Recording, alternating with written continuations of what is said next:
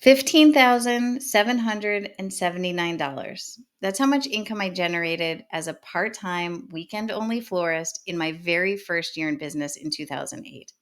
But that's just the income. It's not the profit. It's how much income I generated that first year. You'll have to wait till the end of the video to see if I actually made a profit on that money.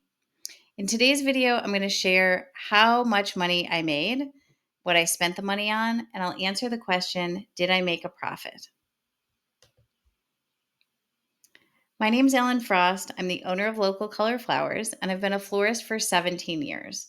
I write a weekly newsletter all about flowers, and I'm building a community of flower nerds online.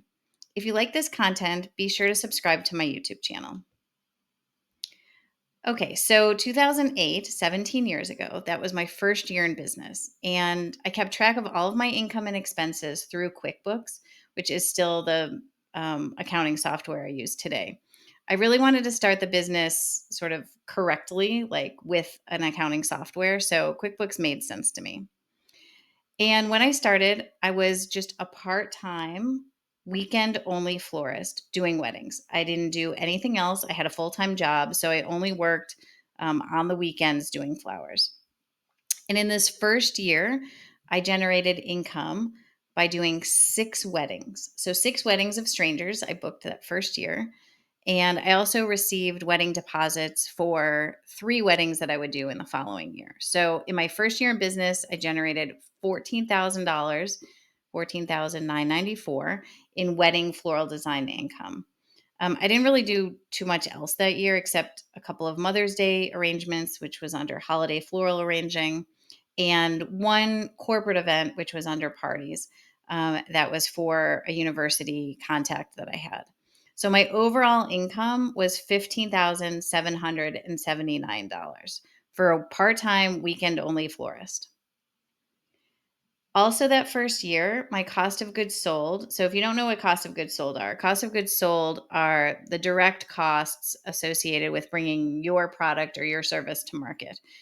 For a florist, like for me, these things included day labor help, transportation, and material costs.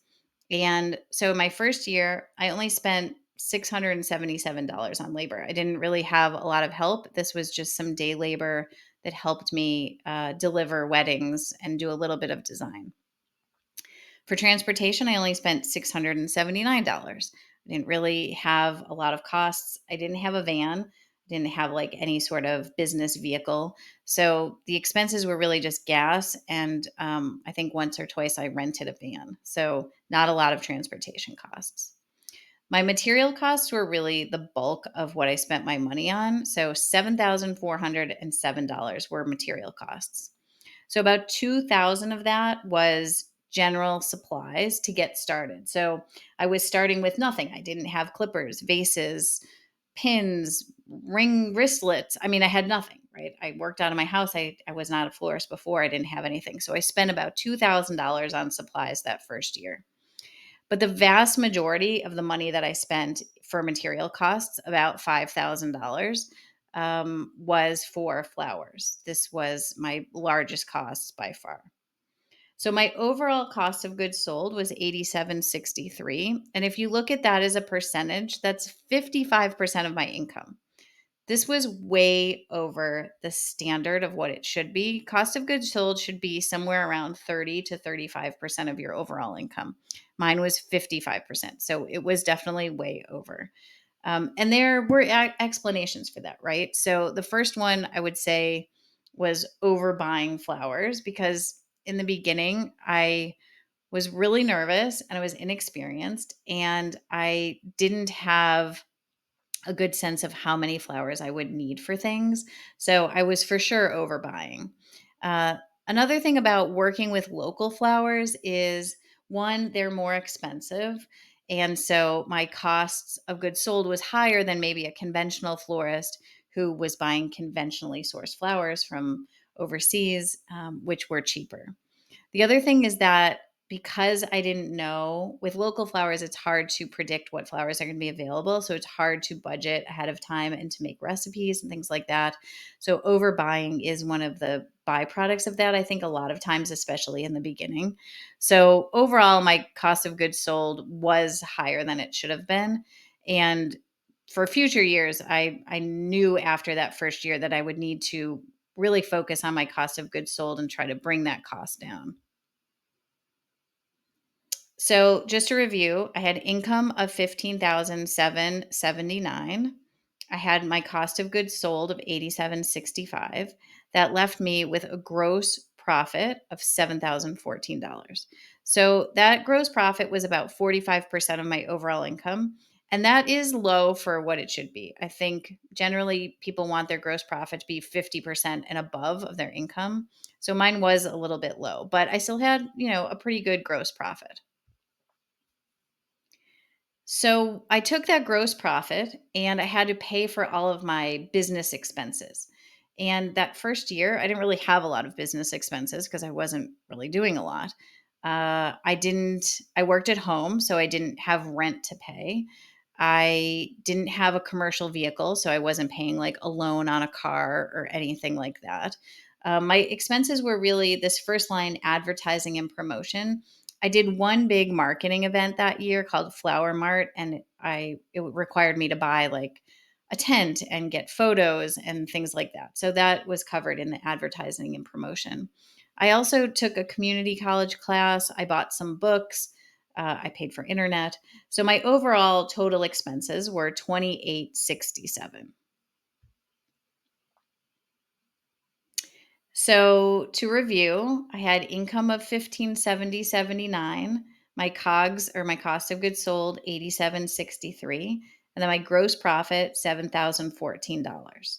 I used that gross profit to pay my expenses of 2867, and that left me with a net income or profit of 4147.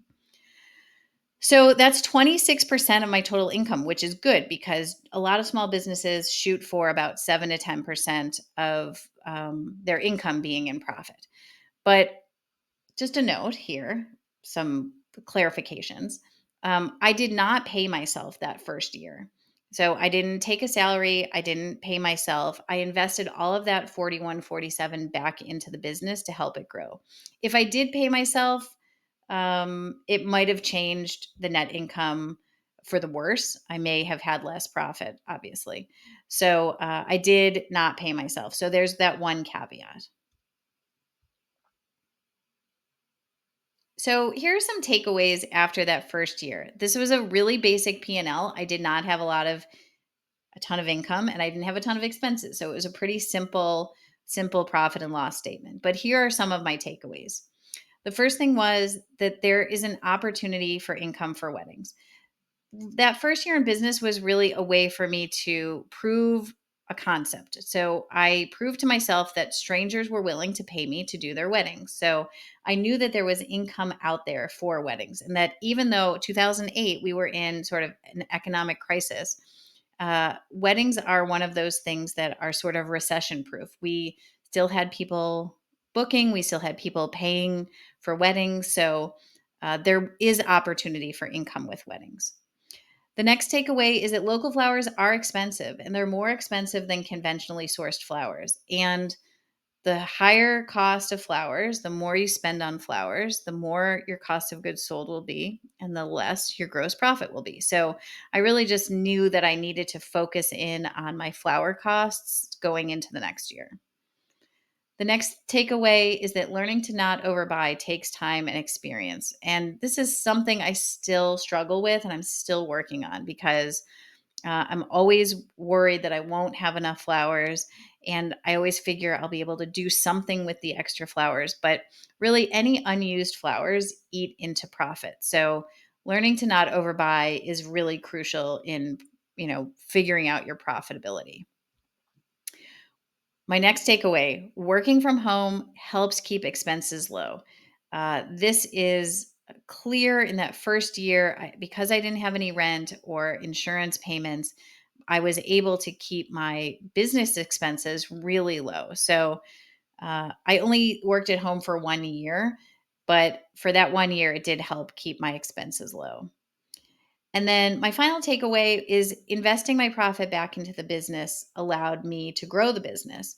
So I don't feel like I made a bad decision not paying myself that first year and investing the money back into the business, because what it did was set me up for year two, having some cash on hand where I could make some decisions and some purchases that I knew would advance the business and help me get more opportunities. So I felt good about investing that money back into the business to help it grow.